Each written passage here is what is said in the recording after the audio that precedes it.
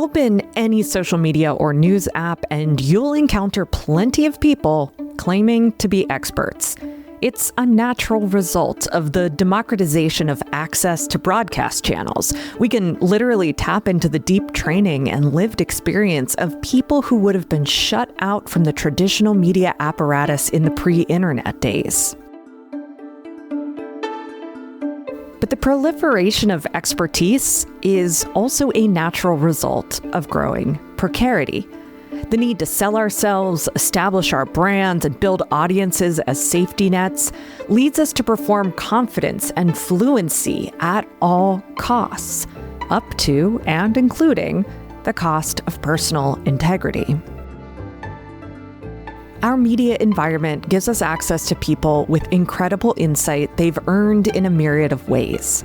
I can listen to a legal scholar explain why originalism is a farce, then follow them on Blue Sky or Substack, then download a paper they wrote and watch a lecture they gave on YouTube.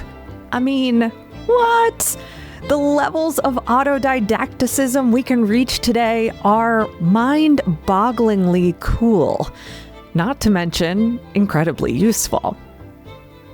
But our media environment also makes it easy for charismatic or media-savvy people to present themselves as experts, teachers, or guides without much in the way of knowledge or experience. Visit Threads or X or Substack, and you're sure to find any number of thread boys peddling their pseudo-expertise wares. The levels of misinformation, disinformation, and bullshit make it hard to know who or what to trust. The argument for trusting experts and rejecting armchair scientists or charismatic influencers is common in the realms of climate change, medicine, politics, and the law. But I think less attention has been given to how we think about the kinds of experts, or non-experts, that influence our daily lives, our decisions about how to plan our days, what moves to make in our careers, which foods to put in our bodies, or how to navigate our relationships. And yet, because these are questions with serious business potential, there is even more potential for bad advice or ungrounded guidance. It's not necessarily nefarious, but certainly not helpful. We need the guidance of experts more than ever. And more than ever, we need to stay curious, stay cautious, and keep scrutinizing the people and institutions we look to for help.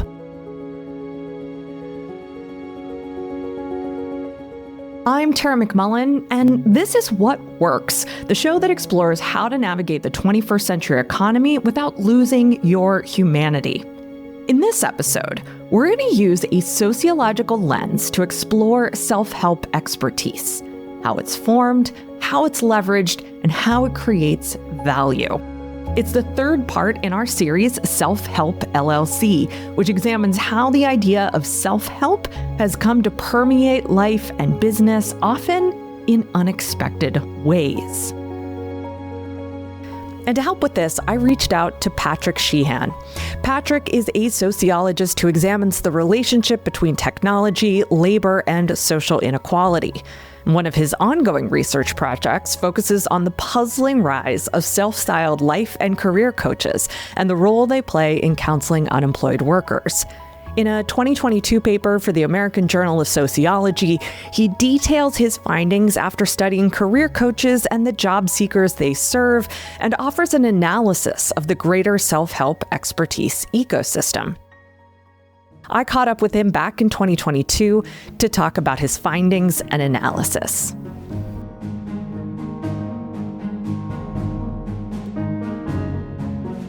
When I started graduate school, it was 2017, and it was a time when all the headlines were, automation is going to put everyone out of work, everyone's going to need to retrain and transition mid-career.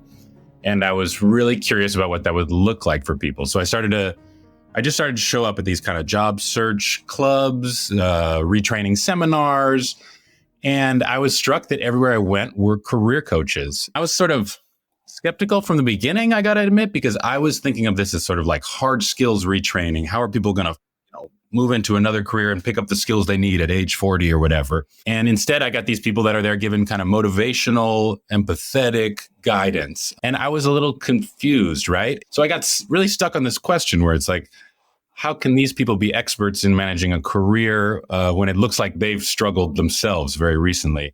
And yet people were drawn to them. Like, people loved these seminars. They're listening with, enthusiasm. And so I got stuck on this paradox of like expertise. How can this person be an expert? They don't have any credentials. Not really showing me that they have anything concrete to offer. And yet people really want it.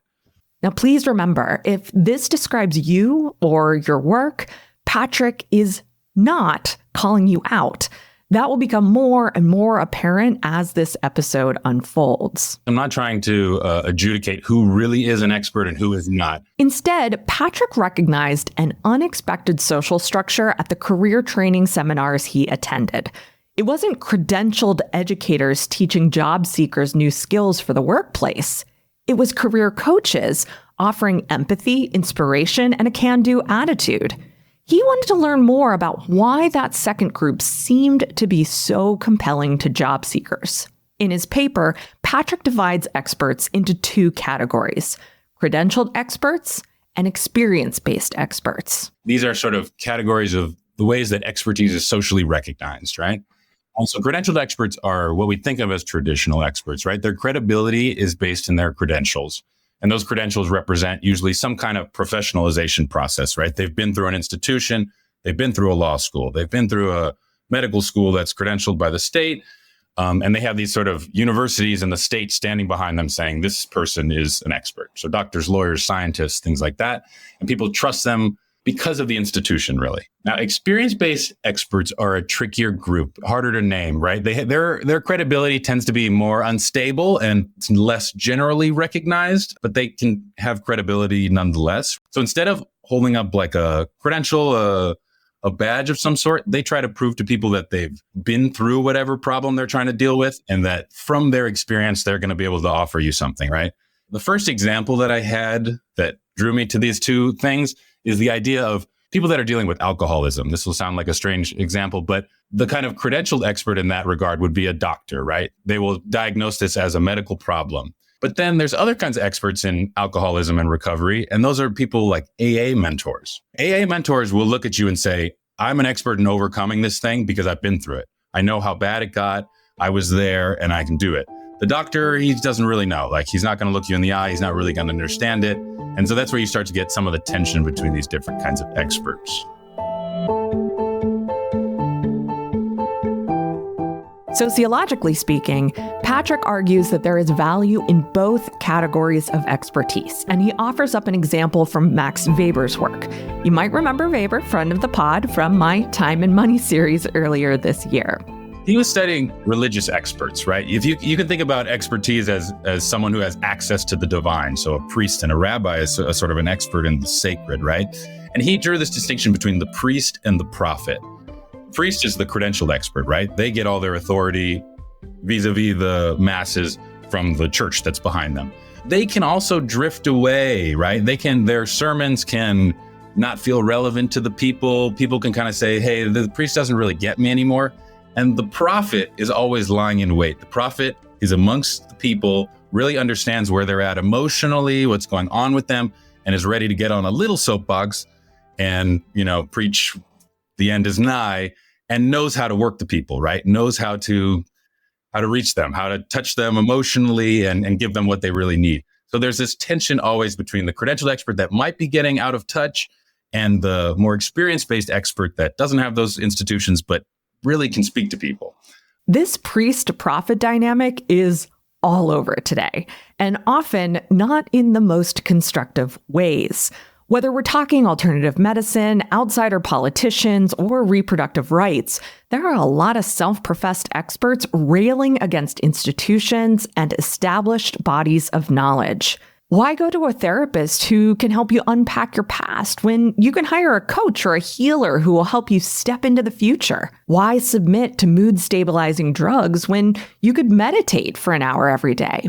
Why read what experts have to say on a subject when you could do your own research? Now, these are deliberately provocative questions, and I think it's important, as with the priest-prophet example, to remember that both positions have value. There are institutions that need to be dramatically restructured, and there are alternative forms of care that are useful, and there is misinformation out there. It's when the priest-prophet dynamic lurches into all-or-nothing territory that things get problematic. Alan Levinovitz calls this an empowering epistemology. Epistemology is simply the study or organization of how we know what we know. An empowering epistemology is a way of organizing knowledge in order to feel a sense of certainty and security. Levinovitz offers up wellness culture and gun culture in their most extreme forms as two examples of empowering epistemologies. The prophets of wellness culture warn us about the priests of the medical establishment. They question peer-reviewed research while offering up anecdotal evidence of their claims. The prophets of gun culture warn us about the vulnerability and danger of everyday life, while legislator priests don't understand just how important it is to protect yourself from criminals. For instance, in health today, we see all this rise in alternative medicine, wellness industry processes, right? And part of what they're doing is an implicit critique of the medical establishment. Your doctor's doesn't really care about you, or more often it's like the pharmaceutical industry really just wants to pump you full of pills.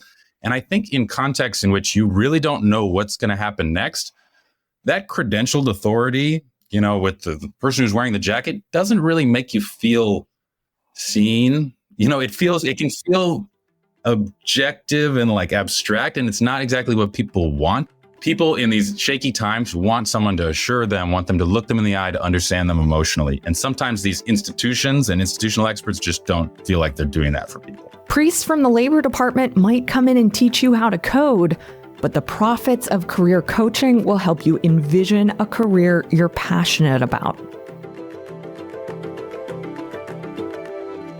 So how do self-help experts generate trust?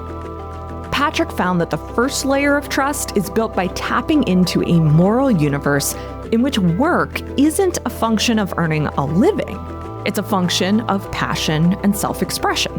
Coaches, I find, present work in a different light. They present it as something much more sacred and important to sort of your identity, and it should be an outlet for self-expression. So the best kind of work is work that you're really passionate about. It is, represents a core part of your identity.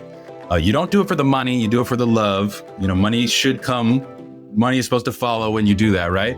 And this sort of approach to work really elevates entrepreneurship, and particularly passion-based entrepreneurship is the most virtuous kind of work you can have, right?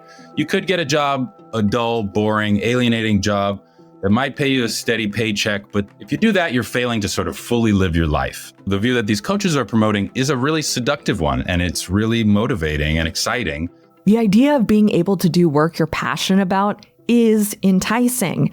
Rachel Botsman, the trust researcher I cited earlier, says that buying into an idea like this, making it feel safe, is the first layer of what she calls the trust stack. Unlike truly new ideas, career coaches benefit from decades of increasing familiarity with do-what-you-love ideology. So while career coaching might be a relatively new service, the idea it builds on is not. Our self-help LLC guide, Mickey McGee, writes, quote, "The ideal that everyone ought to work purely for the intrinsic rewards of his or her work, for his or her own amusement and delight, would be an appealing notion if only the extrinsic necessities of life were assured." It's a clear, evident turn in American culture in the last, say, 40 years. This idea that a steady job that pays you well is actually not what you want. You do want money and you do want stability, but you want to express yourself. You want to be an artist, and that's how you're going to reach your highest potential. And it really is a cultural vibe.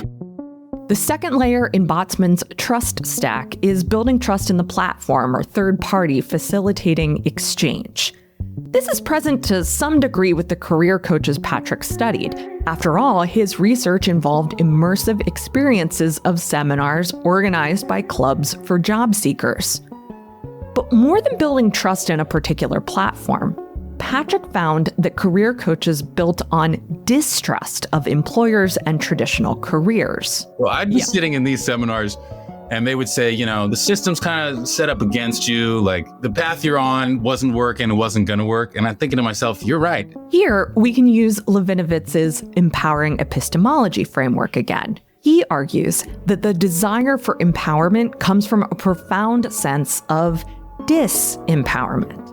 And that disempowerment is amplified by sharing anecdotes that highlight the brokenness of traditional institutions. These personal testimonies, as Patrick frames them, act as a way to connect with potential clients. One of the main ways I see coaches trying to relate to clients is through personal testimony. And these testimonies, at least with the career coaches I studied, follow a very similar pattern, right? Usually people describe their own past as having some kind of traumatic event or personal crisis. Maybe they were laid off. Maybe they realized that they weren't getting what they wanted to out of their work life. Maybe their marriage fell apart or something. And so the coach is telling the potential clients that they had a personal crisis. They hit sort of rock bottom. Things got scary. They didn't know what to do. But then they had a realization, right? That actually I want to pursue my passion, my childhood passion in fashion, and I reinvented myself, decided to pursue my passion all the way. And now I've transformed myself and become this very successful coach entrepreneur that I am today. And for that reason, I can help you. And that brings us to Botsman's third and final layer of the trust stack, trusting the person on the other side of the exchange. You're sold on the idea of work as self-expression. You can clearly see how the old system is broken. And now all you need is a guide whom you can trust to lead you through a foreign land. Similarly, Levinovitz dubs these guides cultural ambassadors. They're the people who help you cross over from one cultural system to another. It actually reflects like a classic cultural story that anthropologists refer to as the hero's journey. Someone goes through a dark period, they fight demons, they overcome it, and then they're wiser for it. And that's sort of the pitch that coaches are often giving is having been through this failure and having worked out of it, I have the wisdom that can help you through the same thing. So I find coaches often say like, I was just where you were to a client. Someone says they got laid off and they don't know what to do. I was you 10 years ago. In fact, I had it worse than you and I've made it out and I can show you the light and all that. So in that way, they foreground their failure, but it's a means of motivation and it's a way of sort of developing their wisdom and showing people that they do have a special knowledge that may help them. It's like I was in that old model of working where I was just trying to get a paycheck and get out of there. And then I realized it was killing my soul. I was failing to live my whole self. And that is really intriguing. Like, no one wants to fail to live their life fully. And so when someone says you can find more and better through entrepreneurship or whatever, it's motivating. My guess is that this pattern feels super familiar to you. You see it online every single day. Maybe you work that pattern every single day. And it can be easy to question it. Is it manipulative? Is it nefarious? Is it creating any real value at all? Or at least those are the questions I'm prompted to ask. And it was something Patrick started to think about as well. I would say the more positive and hopeful thing that I see in the coaching industry is that this is not just fake expertise, which is something I definitely started thinking about. There are real services that coaches are providing. And I think often they're not what they say they are providing. But I've spoken to and hung around with a lot of people that get laid off in their 40s, 50s. And there is a real existential moment there for a lot of people. And when a coach can come in and look you in the eye and say, I hear you, like it is really tough. And you're going to go through a lot of emotions. I'm going to listen to each of them. I'm going to, reflect things back to you in ways that are going to be productive for you. That's really useful. And that's not fake expertise or anything like that. That's just solidarity. That's like empathy. That's people connecting over the struggle that is like the modern economy. And I see that as a wonderful, great thing going forward. So maybe the expertise, the trust being forged here, isn't so much an expertise about navigating a career or life, or a marriage, or anything else you might hire a coach for. It's an expertise in listening, empathizing, and motivating people to get back out there. Now, at this point, I know that all of the coaches listening are out there rolling their eyes. Of course, that's your expertise, I'm sure you're thinking. As Patrick said, that is a truly valuable service to provide. And I think it leads to a few final questions. Why do we outsource that kind of emotional labor to a paid third party? What structural problems create the need for all of the listening, empathizing, and motivating? And finally, what is all that emotional labor doing to the people who practice it? It's when there needs to be this performance that sort of mediates that relationship of the rags to riches, the drudgery to inspiration thing that I think ends up being sad. We're talking about this sort of cultural dynamics that are going on top of the economy. And the deep story underneath is for the last 40, 50 years, the job market has polarized dramatically. And there is increasingly few, what we would just call good jobs that pay well, that are not super hard on the body, and that's getting smaller and smaller. And so we have a lot of people vying for the very few good jobs there are left. And that's just a structural problem. There's a deep fear I find among middle and upper middle classes about losing their foothold, because people know that it's empty underneath there, right? Like your next drop, if you don't get back into a professional job soon, you could easily end up driving Uber and trying to figure it out that way. So there's that anxiety. Add on top of that, all of this discourse that we've been talking about the virtuosity of self-expressive work and sort of the importance of knowledge, expertise is one of the things that we talk about as the way into that higher level of the economy, is being able to really move knowledge and expertise. And so people are trying to figure out what to do next, and they are really afraid of falling. And they've been told that they should be pursuing a passion and they should kind of be entrepreneurial because everyone's been telling everyone to be entrepreneurial.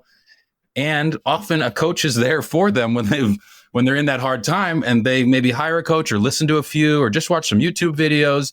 And they say, well, that sounds really great.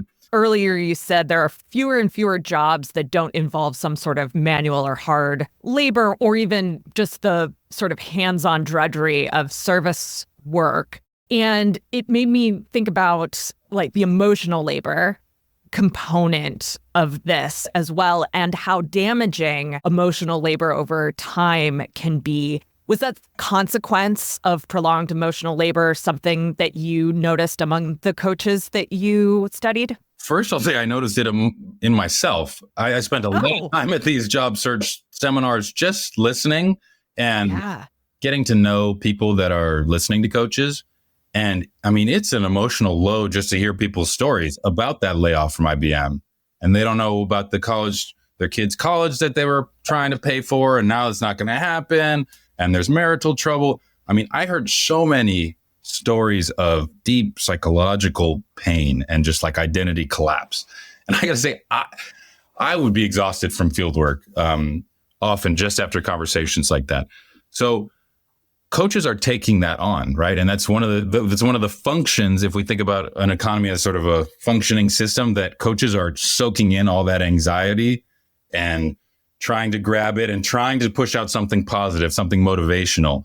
So it's a kind of job that is going to require that kind of emotional labor. And that's something that often goes unrecognized, but is such a difficult thing. But in the kind of economy we're running right now, if we don't have that sort of emotional outlet, if there are not people there to do that job, I think there will be a lot more crises that spill over from families into communities and whatnot. So that's another way that coaches are really providing a crucial service. I know that there are not enough good jobs for good people. So I want to tell the unemployed to, somehow join the barricades or something. We need structural reform here. Even if you recognize the structural barriers, yes, the economy is totally screwed up. There's not enough jobs. You still got to make a decision when you're laid off as to what you're going to do. Now, I love what Patrick is saying here. We can acknowledge and even work against the structural problems that exist in the world, and we can seek out help to deal with things as they are. Acknowledging the many ways the system is broken and developing a conscious analysis of how systems are stacked against us has a lot of value. At the same time, we need to create the emotional and motivational scaffolding we need to survive and maybe even thrive. It's not exactly self-help, but I think it might be the expertise we really need.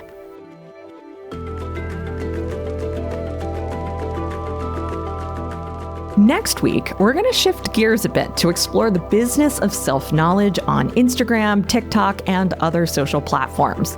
I talk with Enneagram expert Steph Barron-Hall, whose Instagram account boasts over 320,000 followers. So I created this post called 9 Types of Rest, and I just threw it on a graphic, posted it, walked away. This thing went viral. Like 2 months later, Sophia Bush posted it on her Instagram. And I was like, oh my God. Oh my word. Of course, uncredited though. Here's the thing, is that it went viral on like Pinterest. It was before I started putting any sort of watermark on my post or anything. Mm-hmm. So it went on Pinterest and like all these different spaces. And so all these different people started finding it and reposting it. Like Jay Shetty, for example, reposted it. Now, if you're just finding the Self-Help LLC series, check out episode 1 on how self-help loves to frame things in terms of winners and losers, and episode 2 on selling empowerment through the image. If you're excited about the Self-Help LLC series, you're going to love my new book. In What Works, a comprehensive framework to change the way we approach goal setting, I unpack the historical, psychological, and economic systems that impact the way we relate to goal setting and offer a radically different approach to growth and planning. Find What Works wherever books are sold.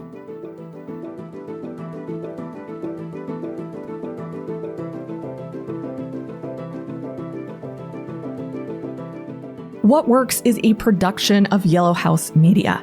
Our production coordinator is Lou Blazer. Emily Kilduff is our production assistant. This episode was written by me, Tara McMullen, and edited by Marty Seafeld and me. Sean McMullen is our executive producer. All of the music in today's episode is from Track Club by Marmoset, a certified B Corp. What Works is recorded on the ancestral homeland of the Susquehannock and Conestoga peoples in what is now called Central Pennsylvania. The Yellow House sits on the unceded land of the Ktunaxa Nation.